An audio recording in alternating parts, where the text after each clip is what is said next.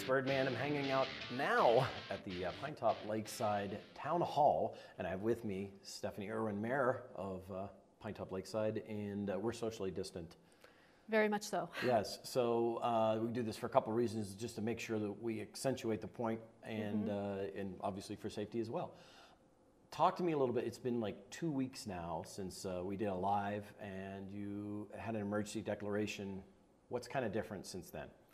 So believe it or not, it has just been 2 short weeks since we declared the state of emergency in Pinetop-Lakeside. Recently, the governor issued another emergency executive order called Stay Home, Stay Healthy, and Stay Connected. Just want to make sure I had that right. Asking all Arizonans to cooperate in this fight against the COVID-19 virus. Basically, he's saying that the most important thing we can do is physically distance, as we're doing. Obviously, we're well over the recommended 6 feet apart. He does encourage people, though, to stay healthy, be outdoors, recreate in the outdoors.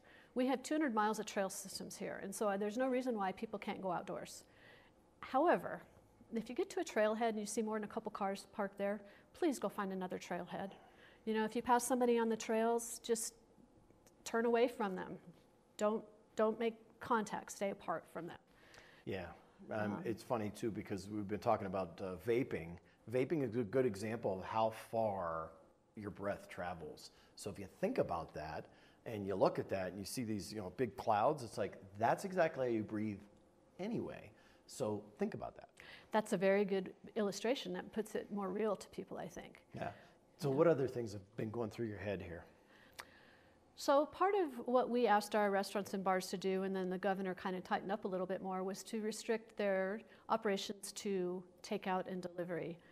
And I just have to give a real shout out to all of our restaurants. They have been complying graciously and gratefully. They've been innovative. I've seen some package specials and things like that on the various restaurants. And I know that I myself have been trying to patronize them, and they've been so grateful. They said that the community is really stepping forward and they're appreciating that. In fact, they're reciprocating amongst themselves. I was at one restaurant and they said, oh yeah, we went here for breakfast today. And that just amazes me. I think the goodness of people and the way that they're all coming together to do that. And I would encourage people to continue that. We have got to support our business community and throughout all of this. And I know that the number of businesses that will be able to be open will diminish a little bit with this new executive order. We still have to remember that. Yeah, okay, and nothing is stopped as far as the town is concerned. I mean, things are moving forward, we're planning forward. This is a pause that we really need to take to help spread. Basically, everybody's gonna get this at some point or be exposed to it at some point. What we're trying to do is expand the amount of time they get exposed. So instead of everybody being exposed at once, We're going to spread it out. It is in our area. We do have things that are within the area. Summit doesn't have confirmed cases, but there have been confirmed cases that are non-Summit clinics in our area. Yes. So it's important for people to understand that it's not just on the reservation. It's not just there. It's in our area. As we continue forward, you're not going to get the reporting like you did with the first case. Summit's yet to have a case, but that's being monitored. Hold on. Yeah, so Town Hall is closed to the public, as are all of our meetings, but we do have staff available if there are people that need something. Please call the Town Hall and your call will be answered. We may have to return the call, but there are people here that are taking care of those calls. Yeah, and on Thursday, you're going to have your town council meeting. It's going to be done virtually, and it's also going to be live streamed so that people can see what's going on, participate, and it's kind of funny. I think we're actually getting more involvement from people at the government levels and even at church and other things because of the virtual environment. Well, that could be true. It is a little bit awkward for me to conduct those meetings, but if everybody will bear with me. And our meeting this Thursday is at 4 o'clock in the afternoon instead of 6 o'clock, just so that everybody can go home and be with their families in the evening.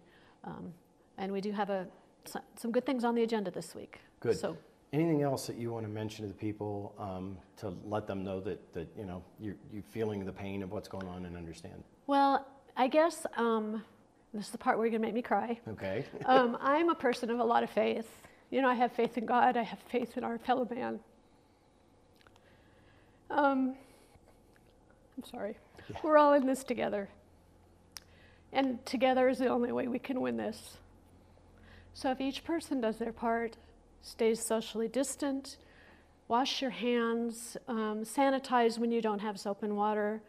We're going to get through this. And, you know, one thing that kind of keeps me going is I look outside and things are starting to green up and the daffodils are blooming, and it just gives you hope for the future. And we know that Pinetop-Lakeside has a very positive future. Yeah. You know, it's a very interesting test. It's like to help everyone. We always want to jump in, get in there with them and help them. And to do that, we have to stay away.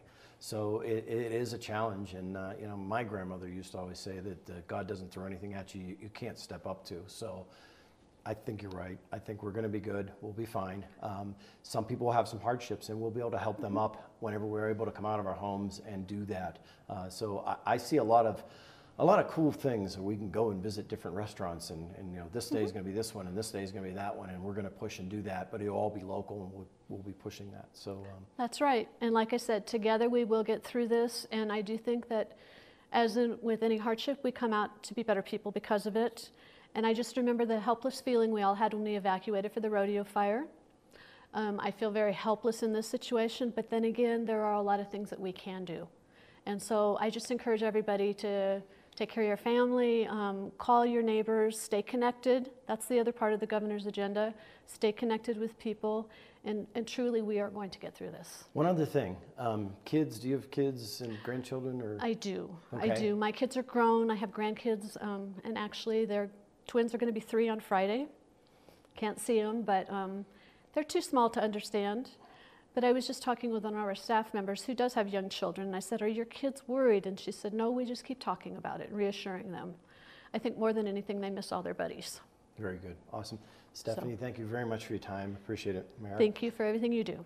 Thank you. Hey, that's going to be it for this episode. Make sure you're checking in on all the other ones that we're posting up. And as I'm saying now, I'm not going to see you around town, but see you on the net.